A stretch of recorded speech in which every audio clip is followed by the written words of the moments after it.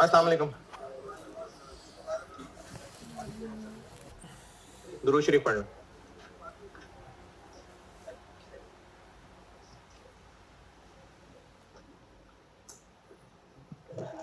आवाज क्लियर समझ आ रही है या नहीं आ रही है?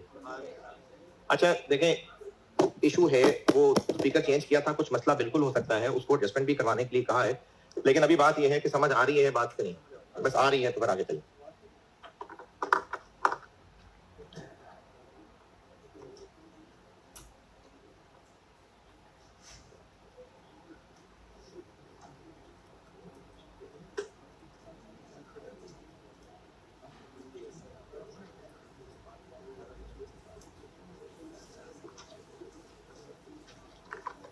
अच्छा मैं ना 2 सवाल पूरे कर दूं, फिर ऑटम 20 पे करता हूं बात, वरना फिर वो 2 सवाल रह जाएंगे, क्योंकि फर्दर प्रोसेसिंग का फिर एक सवाल होमवर्क देना है। अगर एंड तक कर सका डिस्कस तो ठीक है, नहीं तो कल पहले कर लूंगा। ऑटम 20 मैंने होमवर्क दिया था, मैं उसकी बात कर रहा हूँ। अच्छा कल वो जो 8200 का एक मसला रुका था, उस पर बहुत सोचने के बाद सोल्यूशन मैंने एक चेंज कर रहा हूँ मैं।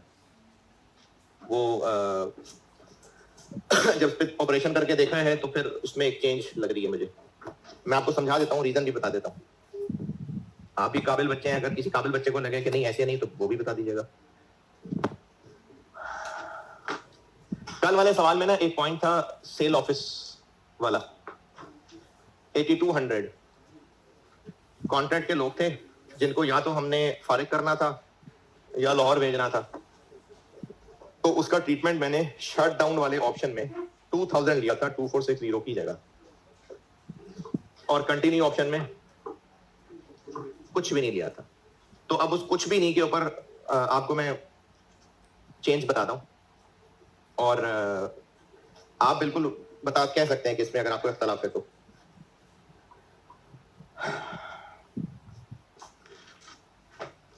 मैंने बहरहाल उसको जिस थॉट प्रोसेस से सोचा था वो रिजल्ट बता देता हूं आपको। इस तरह की ना कुछ गहरी गहरी चीजें होती हैं जो बातों का एग्जामिनर से भी मिस हो जाती हैं, वो पॉइंट नहीं पिक कर रहा होता। जैसे इसके असल आईकेप के सोल्यूशन में ना वो 1600 वाले एक पॉइंट का एरर भी था, वो जो कल मैंने मटेरियल लिखा था 1750 उसमें आईकेप के सोल्यूशन में गलती भी थी। तो ये पॉइंट भी मिस हो गया था, मैंने भी नहीं से गौर किया हुआ था। तो कल आपको पढ़ाते पढ़ाते अचानक गौर किया है, तो उस पर सोच के अब मैं आपको उसका आंसर बना के दे रहा हूं। अगर हम इन लोगों को, किन लोगों को, क्या बात हो रही है, ये वो जो सेल ऑफिस के लोग हैं, अगर हम इन लोगों को लाहौर बेचने का सोच रहे हैं तो लाहौर कहने जाओ घूम फिर आना, काम होगा ना, लाहौर में काम होगा। तो अगर हमने फैक्ट्री को कंटिन्यू किया, अगर फैक्ट्री को कंटिन्यू किया तो इन लोगों को यहीं पर यूज करेंगे और कितने पैसे देंगे? 8200 पैसा हमारी जेब से जाएगा और लाहौर का काम बंद हो जाएगा। लाहौर के काम में फिर और लाने पड़ेंगे, उनको भी फिर इतना ही देना होगा अगर इसको अल्टरनेटिव ले रहे थे तो अगर हम कंटिन्यू करते हैं तो यहां कराची में भी इन लोगों से काम लेना है और लाहौर में फिर और लोग लेने हैं। यानी अगर हम कंटिन्यू कर रहे हैं तो इस बिजनेस में क्या हो रहा होगा, लाहौर ऑफिस के लिए भी कुछ लोगों को पैसे दे रहे होंगे और कराची काम के लिए इन लोगों को पैसे दे रहे होंगे। लेकिन अगर हम शट डाउन कर देते हैं तो इन लोगों को हम फारिग कर देंगे, कितने पैसे देके? 2460 इन लोगों को पैसे देके फारिग कर देंगे, और लाहौर नहीं, 2000 नहीं, 8200 वहां के लोगों को दे रहे होंगे, इनको फारिग जो कर देंगे तो लाहौर वालों को पैसे दे रहे होंगे, या फिर इनको लाहौर भेज देंगे और इनको 8200 देंगे, लाहौर वाले नहीं चाहिए होंगे। तो ये इस वक्त सामने मैंने पूरी पिक्चर लिखी है। अगर हम कंटिन्यू करते हैं, बिजनेस ओवरऑल देखें तो इन लोगों से भी काम लेना है, पैसे जाएंगे जेब से, लाहौर वालों से भी काम लेना है, वो भी जेब से पैसे जाएंगे। ये क्या हुआ? अच्छा चलो कोई बात नहीं। और अगर हम शट डाउन करते हैं तो इन लोगों को इतने पैसे देके फारिग कर देंगे, लाहौर के लिए तो चाहिए होंगे, या फिर इनको इतने पैसे देके लाहौर भेजेंगे और इतने पैसे इनको काम के देंगे, और जब इन्हीं से काम करा रहे होंगे तो लाहौर वाले नहीं रख रहे होंगे। यहां तक कोई इख्तलाफ है? अब इन सब में एक 8200 निकाल देता हूं, तीनों में ही एक 8200 8200 8200 वो मैंने उड़ा दिया। तो अब इस वक्त अगर कंटिन्यू किया तो जेब से चले जाएंगे, और अगर शट डाउन किया तो ये, तो शट डाउन में ये आउटफ्लो आएगा और कंटिन्यू में ये आउटफ्लो आएगा। है जी, क्या हो गया इसमें, बताएं कोई अख्तलाफ? तो कंटिन्यू में 8200 और आउटफ्लो लिख लें, उसकी वजह से टोटल चेंज हो जाएगा और कंक्लूजन भी चेंज हो जाएगा।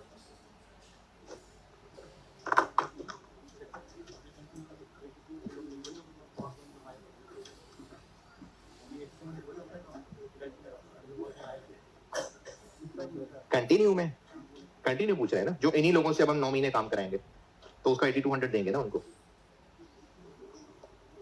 कंटिन्यू में इन्हीं लोगों से जब काम करवाएंगे तो उनको 8200 देंगे, वो वाला 82 लिखेंगे।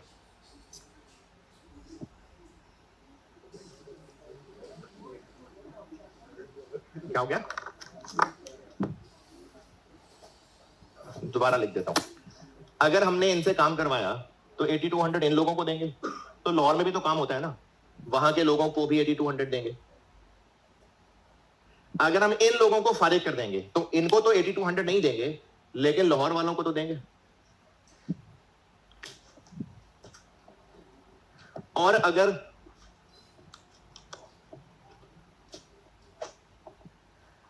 इन्हीं को हमने 2000 देके लाहौर भेजा तो इन लोगों को 8200 देंगे और लाहौर के और लोगों को भी 82 देंगे? नहीं। तो तीनों में जो कि 8200 कॉमन था, तो मैंने 8200 तीनों से उड़ा दिया। तो इसलिए कंटिन्यू के अंदर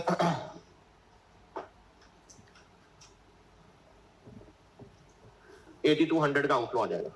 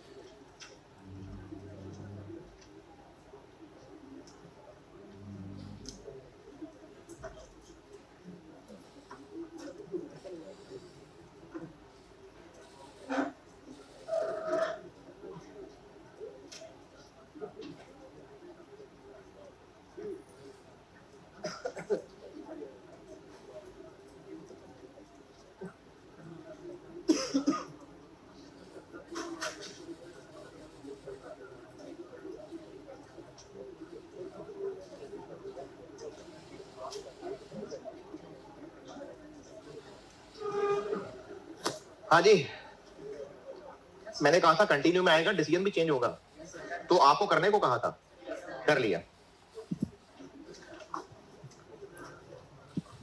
further processing decision,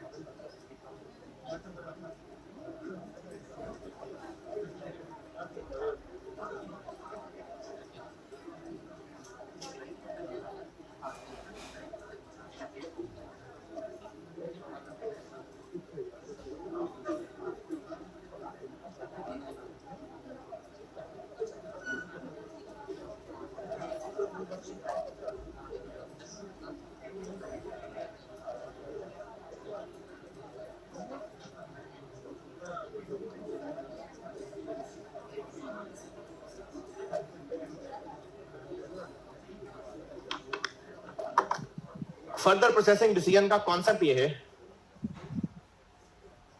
further processing decision का कॉन्सेप्ट ये है कि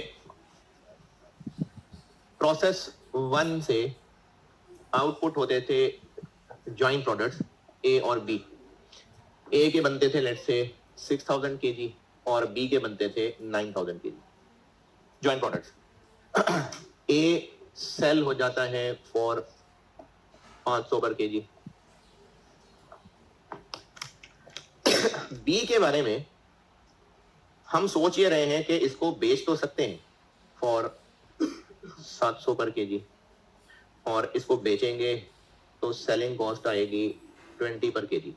लेकिन साथ ही साथ एक और बात माइंड में ये चल रही है कि इसको ना बेचने की बजाय प्रोसेस 2 में डालें, और जब प्रोसेस 2 में डालेंगे तो इससे बी प्लस बनेगा। बी प्लस के बन जाएंगे 8000 केजी, 1000 जाया हो जाएंगे, और इस दौरान खर्चा भी आएगा। प्रोसेस 2 में मजीद खर्चा आएगा 140,000, और ये जो बी प्लस होगा ये बिकेगा फिर 1000 रुपए का, और इसको बेचने में 30 रुपए खर्च होगा। ये ज्यादा कोने में हो गया पता है? तो इस वक्त डिसीजन ये होने लगा है कि बी को हम एज इट इज बेचें या फर्दर प्रोसेस करके बेचें। Further processing decision. इस डिसीजन मेकिंग पॉइंट पे ये रेलेवेंट है कि बी बनता कितने का। क्यों? क्योंकि बनने के बाद ही तो डिसीजन मेकिंग पॉइंट पे खड़े हैं। ये बनेगा तो ही तो इस फैसले के पॉइंट तक पहुंचेंगे कि बेचें या आगे प्रोसेस करें। तो इस सारी डिस्कशन के अंदर डिसीजन मेकिंग ये डिसीजन मेकिंग, ये डिसीजन मेकिंग। बी कितने का बनता है ये नहीं है रेलेवेंट, क्योंकि बी तो बनना ही बनना है। तो रेलेवेंट बात ये है कि बी ऐसे ही बेच दे या फर्दर प्रोसेस करके बेचे। तो इतनी डिसीजन मेकिंग तो आपने पढ़ी ली है, क्या करें? दोनों ऑप्शंस कंपेयर करके देख लें, देखें, करें कैलकुलेट, देखें क्या करना है, कैलकुलेट करें।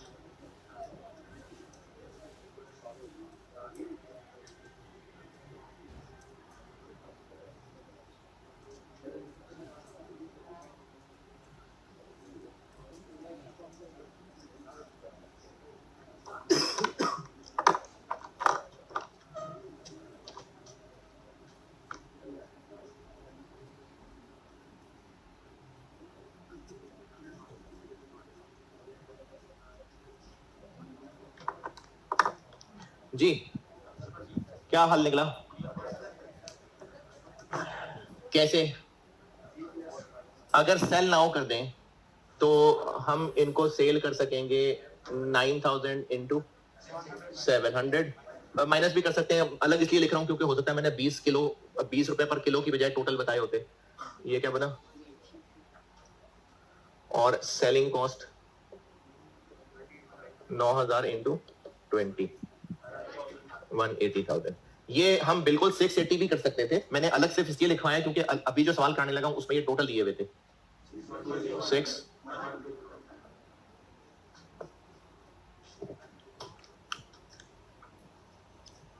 और अगर हम फर्दर प्रोसेसिंग कर लें तो 8000 किलो बिकेंगे 1000 का, और कन्वर्जन के ऊपर खर्चा आएगा 140, और सेलिंग खर्चे आएंगे 8000 इंटू 30, 240, 762। तो फर्दर प्रोसेसिंग देता है। और इस कैलकुलेशन के लिए हमने P1 के खर्चे नहीं लिए, वो तो होने ही होने। एक सवाल हो गया, हो गया एक फर्दर प्रोसेसिंग का सवाल। तो डिसीजन रूल क्या हुआ? आप लोगों ने कर ही लिया डिसीजन रूल, बिल्कुल ठीक है।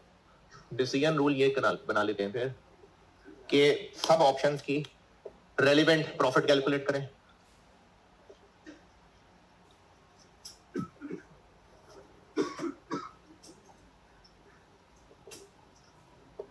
और वो ऑप्शन सिलेक्ट कर लें जिसपे प्रॉफिट ज्यादा है।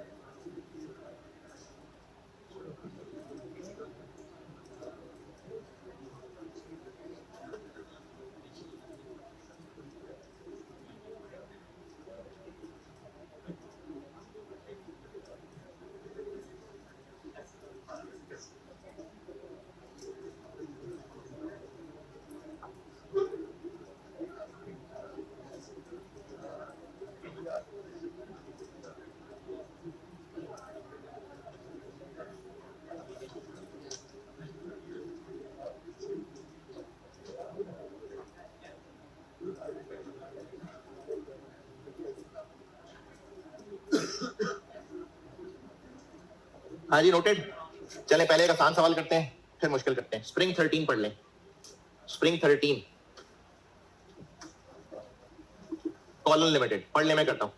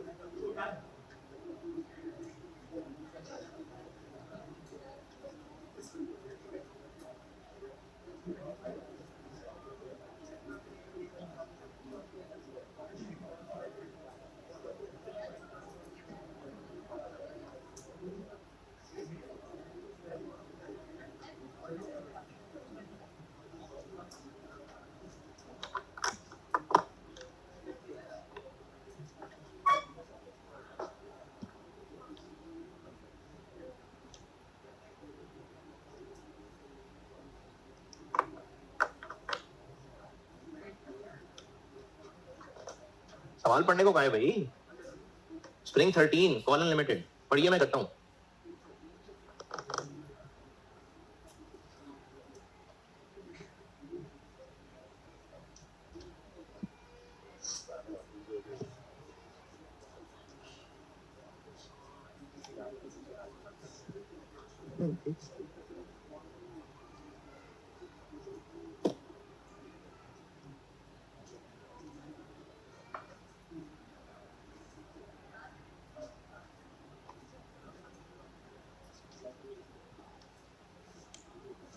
अच्छा, ये जो मिसाल अभी लिखी थी ना, अगर आप इसके बारे में ये कहना चाहें जो मैं बता रहा हूँ, अगर काम की लगे बात इसमें हम लोग पर केजी कंपैरिजन भी कर सकते थे, लेकिन टोटल इसलिए लाजमी करना पड़ा कि क्वांटिटीज का फर्क था। 9000 किलो से अगर 9000 किलो ही बनते तो हम लोग 680 को 800 समथिंग से भी कंपेयर कर सकते थे। नहीं समझ एक बात, ये जो हमने बी प्लस बनाए हैं कितने बनते हैं? अगर ये भी 9000 ही बनते तो फिर दोनों की क्वांटिटी सेम होती ना, तो हम इनके पर केजी चीजों को भी कंपेयर करके फैसला कर सकते थे। टोटल इसलिए करना पड़ा कि क्वांटिटीज फर्क थी। अगर आपको ये काम की बात लगे, लिखना चाहें तो लिख लें, ना लगे तो कोई बात नहीं।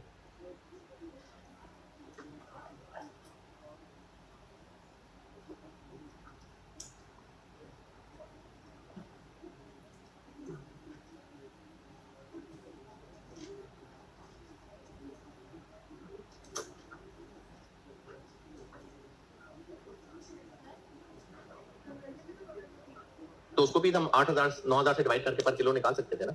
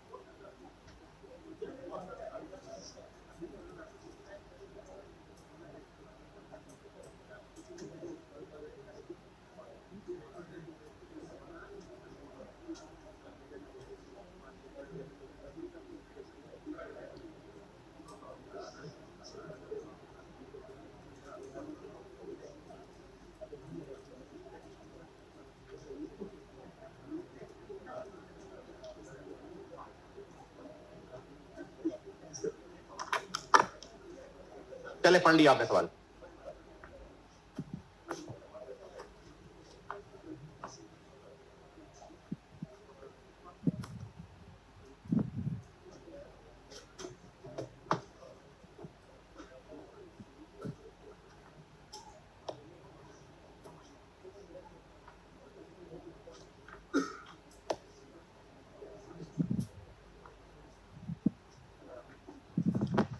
जी, पार्ट ए तो ये आपके बचपन का सवाल है, ये तो आपने ऐसे ऐसे कर लेना। पार्ट बी है फर्दर प्रोसेसिंग, लेकिन चले पार्ट ए भी तो करना ही है। पार्ट ए में इन्होंने कहा हुआ है कि जो जॉइंट प्रोडक्ट्स बनते हैं उनकी कॉस्ट बांटते हैं। भूल भाल गए होंगे, पहले बनाया करते थे हम लोग क्वांटिटीज क्या जो और पार्ट ए डिपार्टमेंट ए का सवाल है। डिपार्टमेंट बी तो फर्दर प्रोसेसिंग के लिए जाना है तो जाना है, कॉलन और स्टिग्मा डिपार्टमेंट ए में बनते हैं, तो ये डिपार्टमेंट ए का सवाल है part A. Opening work in process नहीं है, इनपुट 75,000 है, क्लोजिंग वर्क इन प्रोसेस नहीं है, नॉर्मल लॉस 12% है, इनपुट आउटपुट रेशो 188, इसका मतलब है 100 इन होता है तो 88 आउट होता है, तो 12% नॉर्मल लॉस होता है। हाँ जी 9,000। और एबनॉर्मल लॉस तो तब निकालते जब आउटपुट पता होता और बैलेंसिंग करते, तो आउटपुट तो नहीं पता 66। और चूंकि ज्वाइंट प्रोडक्ट्स हैं तो कोलन और कितना कितना जी ठीक है 65 35 42 900 23 100।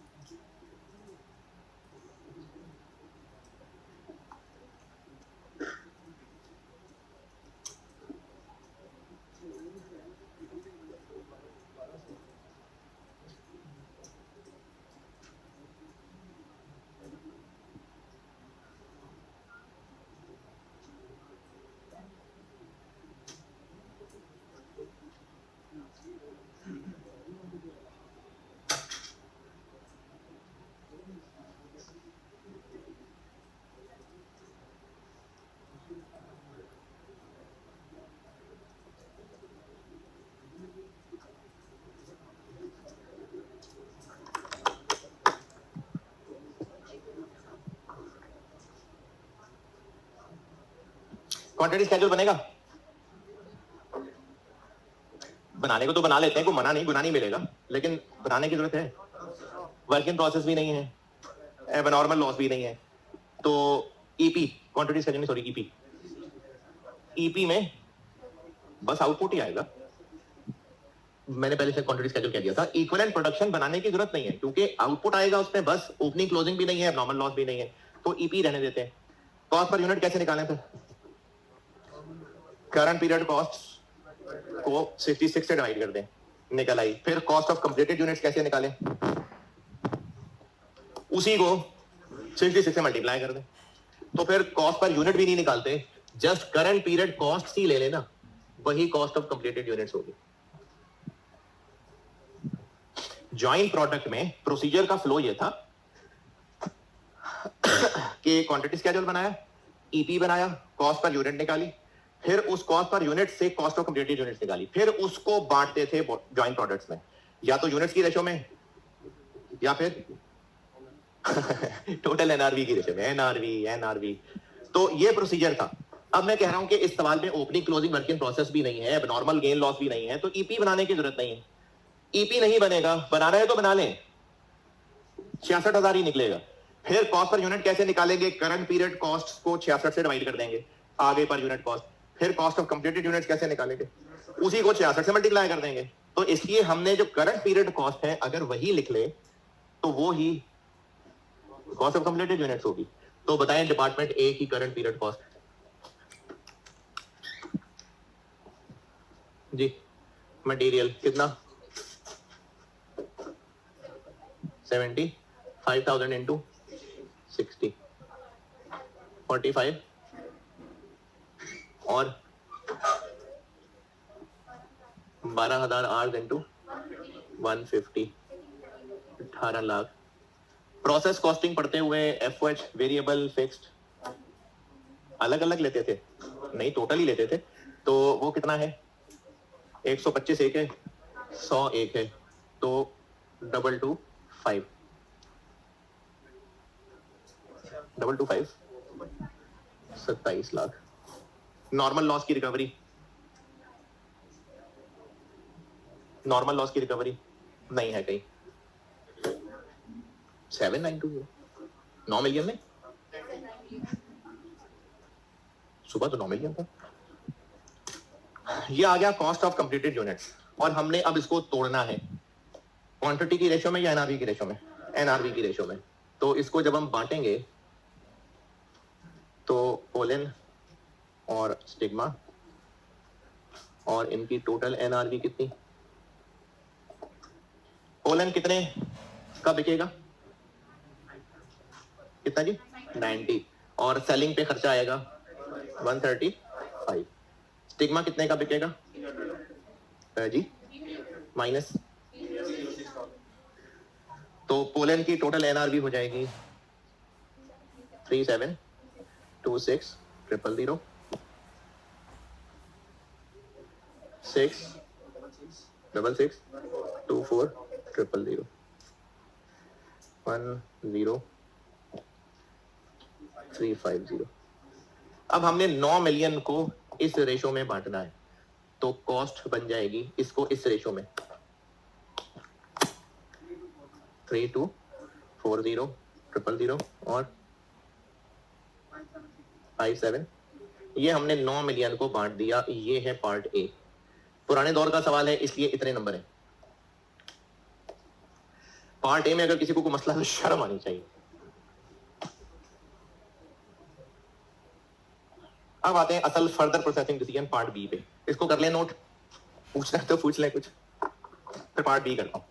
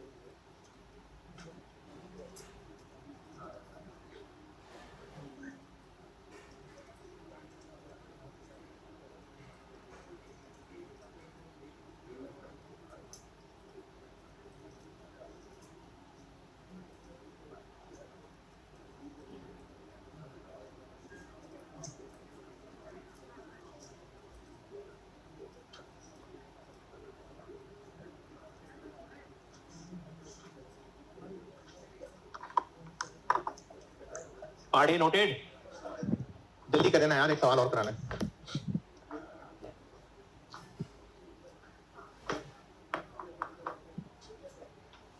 चले नोटेड। पार्ट बी,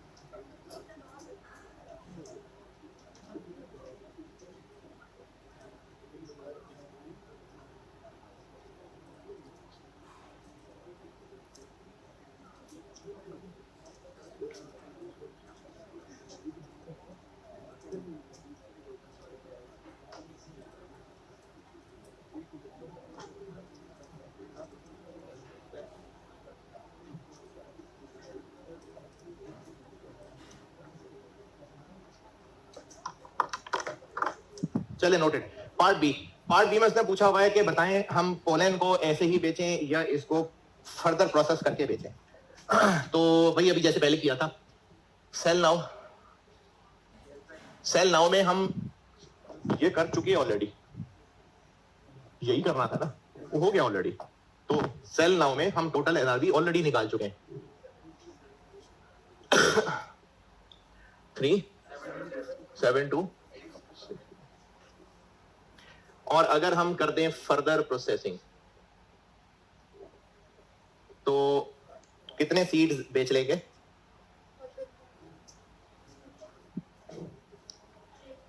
कितने सीड्स बेच लेंगे? निकालना पड़ेगा। अब ये प्रोसेस 2 का सवाल शुरू हो गया, क्वांटिटी स्केड्यूल। हाँ जी, ओपनिंग ट्रांसफर इन 4 to 900, क्योंकि पोलन में ट्रांसफर होना है ना। New material 12,000, closing work in process नहीं है, नॉर्मल लॉस 4%, और इस 12,000 के बारे में लिखा हुआ है कि ये शुरू में ही आ जाता है, तो 4% इन दोनों पे लगेगा जी। 2196, तो आउटपुट बन गया 52704। ये है जो सीड्स बनेंगे। तो सीड्स आ गए 52704, कितने का बिकेगा? 125।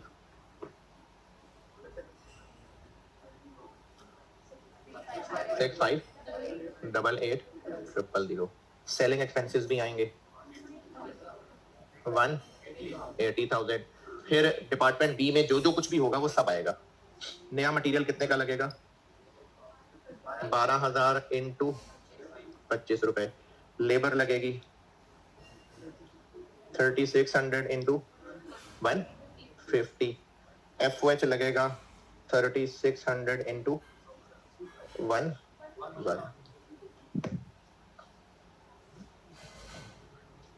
टोटल एंड ही बता दें 5154000। तो कंक्लूजन क्या बना? फर्दर प्रोसेस करके बेचेंगे।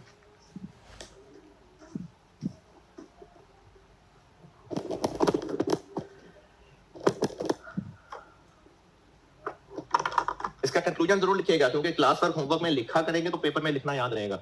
एडवाइस मांगी है ना, तो लिखना पड़ेगा। अंग्रेजी की लाइन लिखनी पड़ेगी कि फर्दर प्रोसेसिंग ज्यादा प्रॉफिटेबल है, इसलिए फर्दर प्रोसेस करके बेचेंगे। चलिए नोट कर लें और स्प्रिंग 24 करें।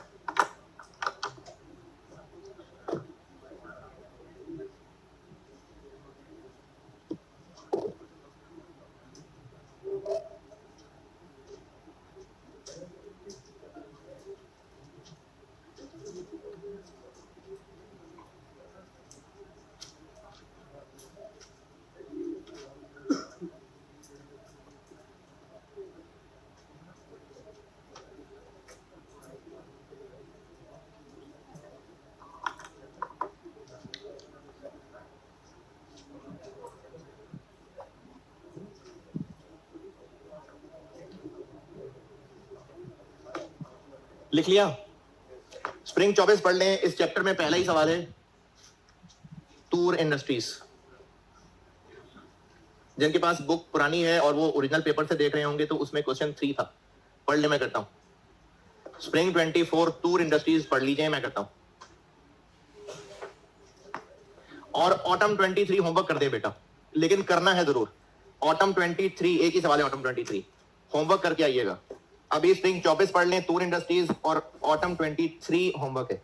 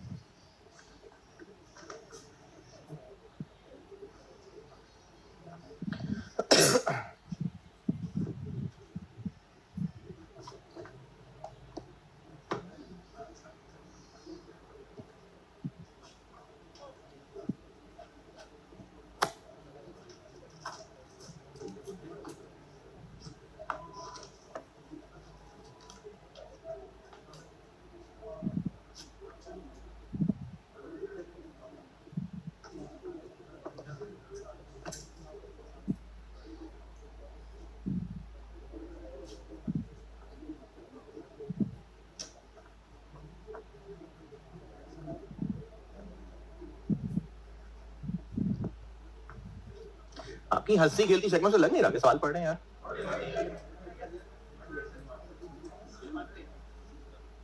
पढ़े पढ़े पढ़े।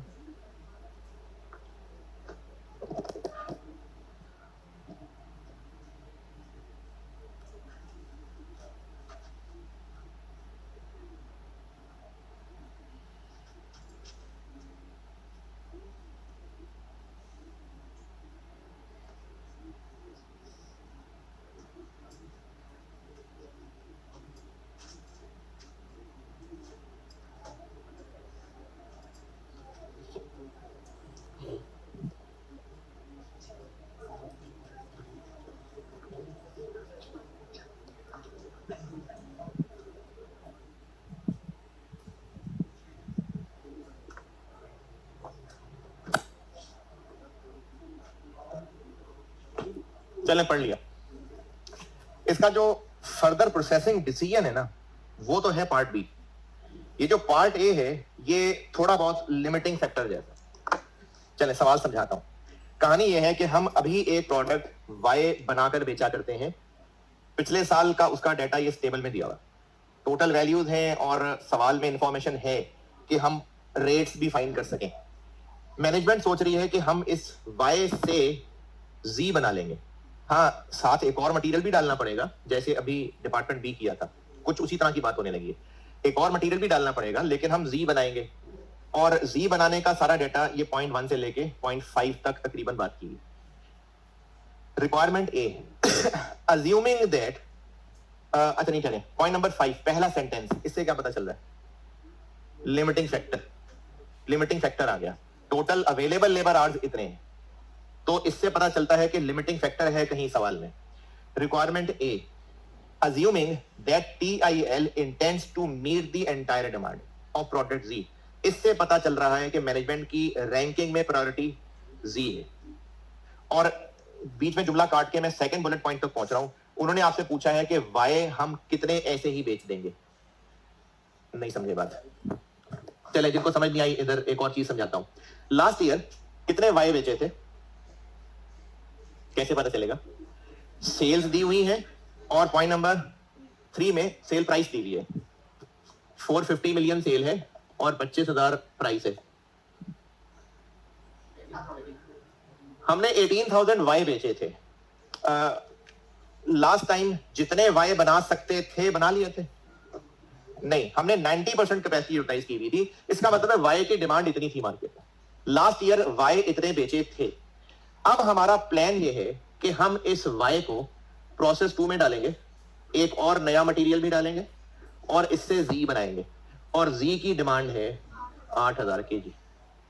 मैनेजमेंट इंटेंड्स कि वो जी पूरा बेचना चाहते हैं, तो जितना जी बेचना चाहते हैं उसमें वाई भी इस्तेमाल होगा, सारा का सारा वाई इसी में इस्तेमाल हो जाएगा, बाकी और बना के मार्केट में बेच लेंगे। हाँ, 18,000 से कम बेचेंगे। क्यों 18 से कम बेचेंगे? क्योंकि अब वाई इसमें इस्तेमाल होगा, तो हमारी प्रायोरिटी जी है, जी बनाएंगे, वाई उसमें यूज होगा, और जो इसके अलावा वाई और बना सकते होंगे वो बना के बेचेंगे। ये आपकी रिक्वायरमेंट ए की वर्डिंग पढ़ के देखिए, ये बात समझ आ रही है या नहीं? पॉइंट 5 से मैंने इसको लिमिटिंग फैक्टर बनाया और रिक्वायरमेंट ए समझाइए आपको।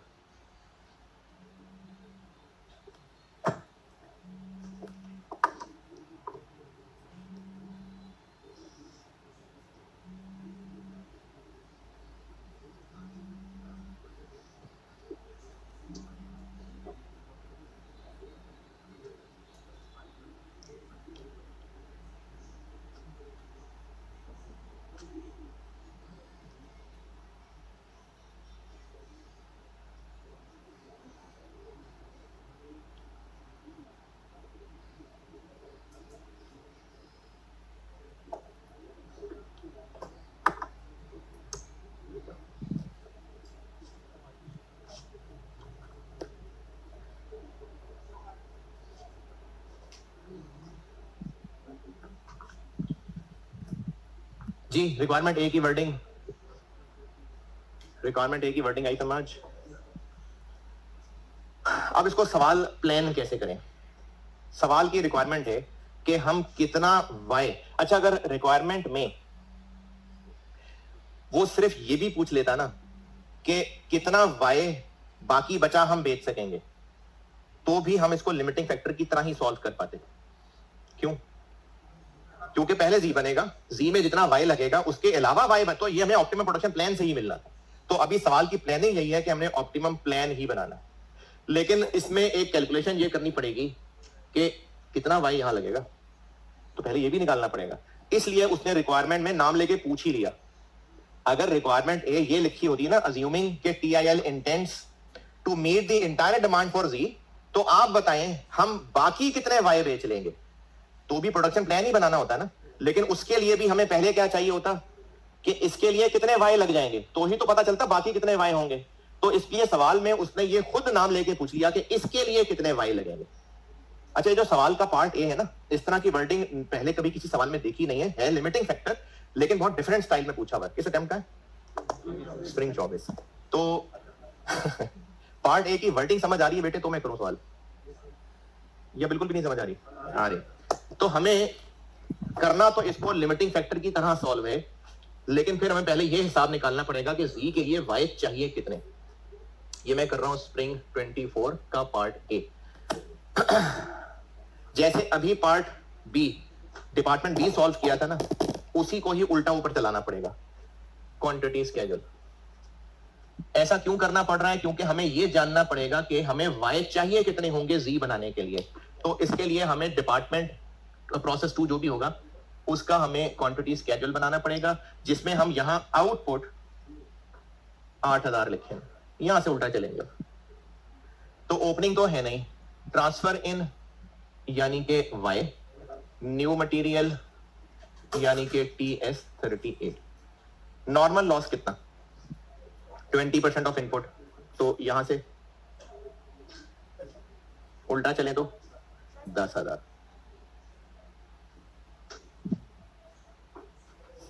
और इस 10,000 को इन दोनों में कैसे तोड़ें? कितना y और कितना TS38? TS38 0.6 किलो लगता है for every 1 kilo of y। ये इनकी रेशो होगी। 1 किलो y के साथ 0.6 किलो TS38 डलता है। तो हमने इसको इस रेशो में तोड़ना है। ये पॉइंट नंबर 2 की अंग्रेजी बताई मैंने, पॉइंट 2 की अंग्रेजी तोड़िए। 6250 और 3750। ये रिक्वायरमेंट ए के पहले बुलेट पॉइंट का आंसर हो गया। अब इसमें से आंसर कौन सा है, चलो एंड पे तमीज से दोबारा लिख देंगे। ढूंढ तो लिया है हमने, ये रिक्वायरमेंट के पहले बुलेट पॉइंट का आंसर है। इसकी कैलकुलेशन में बताएं, कोई तकलीफ परेशानी है तो।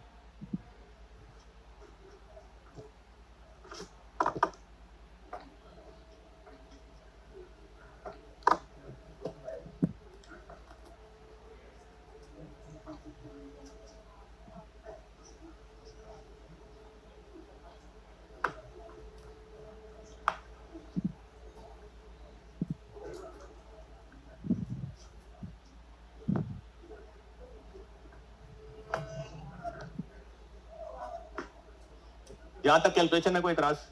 चले अब दूसरी रिक्वायरमेंट के दूसरा बुलेट पॉइंट के प्रोडक्शन प्लान में बाकी वाई कितना बन सकेगा।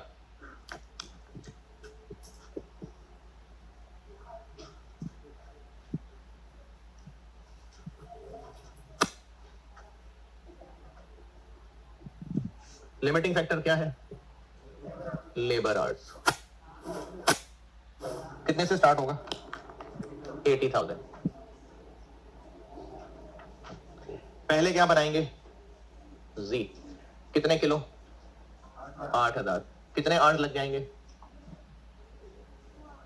नहीं, ये जज्बाती आंसर है। यही इसकी एक बड़ी खूबसूरत कैलकुलेशन है। ये एग्जाम में बैठा हुआ स्टूडेंट इसको पहली बात ये कैसे प्लान कर पाते, दूसरी बात चलो हो गया प्लान, यहां 16,000 नहीं आएगा ना, ना मशीन आवर्स है तो लेबर आवर्स, लेकिन 16,000 नहीं आएगा। देखें वाई भी उन्हीं लोगों ने बनाने हैं। वाई बनेगा, फिर वो जी में डलेगा, फिर जी पे 2 घंटे और लगेंगे। तो 8,000 जी बनाने के लिए वाई वाले आवर्स भी लगने हैं। अब वो कितने लगने हैं वो इधर दिखाता भी।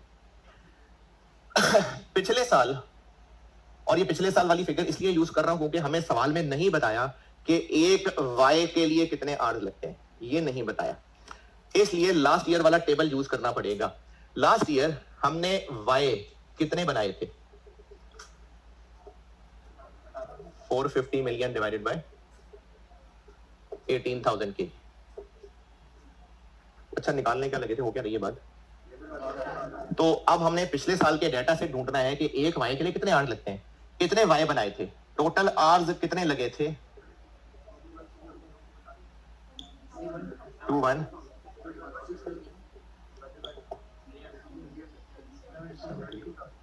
इतने आवर्स लगे थे। तो फिर एक के लिए कितने? 4।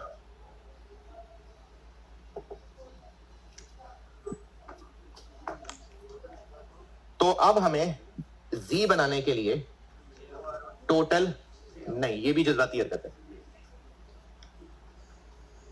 ये भी जज्बाती हरकत है। Total hours for 8,000 kg G 6 + 2 नहीं, 4 + 2 नहीं होगा। हमें 8000 किलो जी बनाने के लिए कितने वाई बनाने पड़ेंगे? 6250 वाई बनाने पड़ेंगे।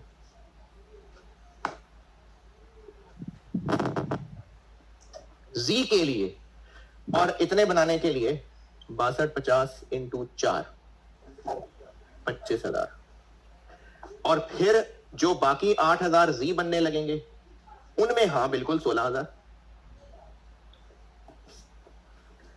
अंग्रेजी देखें 2 आवर्स के साथ क्या लिखा है, पर केजी ऑफ जी। तो जी बनाने में 2 घंटे हैं, लेकिन वाई भी तो बनने हैं ना। तो टोटल 8000 किलो जी बनाने के लिए 41,000 आवर्स लग जाएंगे। 41,000, बाकी रह जाएंगे 39। और अब इस बचे कुछ ऐसे देखते हैं कितने वाई बना लें, कितने बना लें? 97। ये रिक्वायरमेंट का दूसरा बुलेट पॉइंट, रिक्वायरमेंट का पहला बुलेट पॉइंट, रिक्वायरमेंट का दूसरा बुलेट पॉइंट। हो गया? हाँ हो गया, पार्ट ए डन। तो बेशक इसको हाईलाइट कर दें, चाहे एंड आंसर तमीज से दोबारा लिख दें। Total Y required for G 6250, और total Y to be sold separately 97। ये है जी पार्ट ए।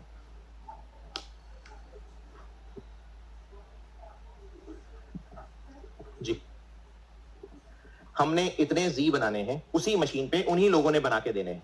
तो जी बनने से पहले वाई भी तो बनना है ना।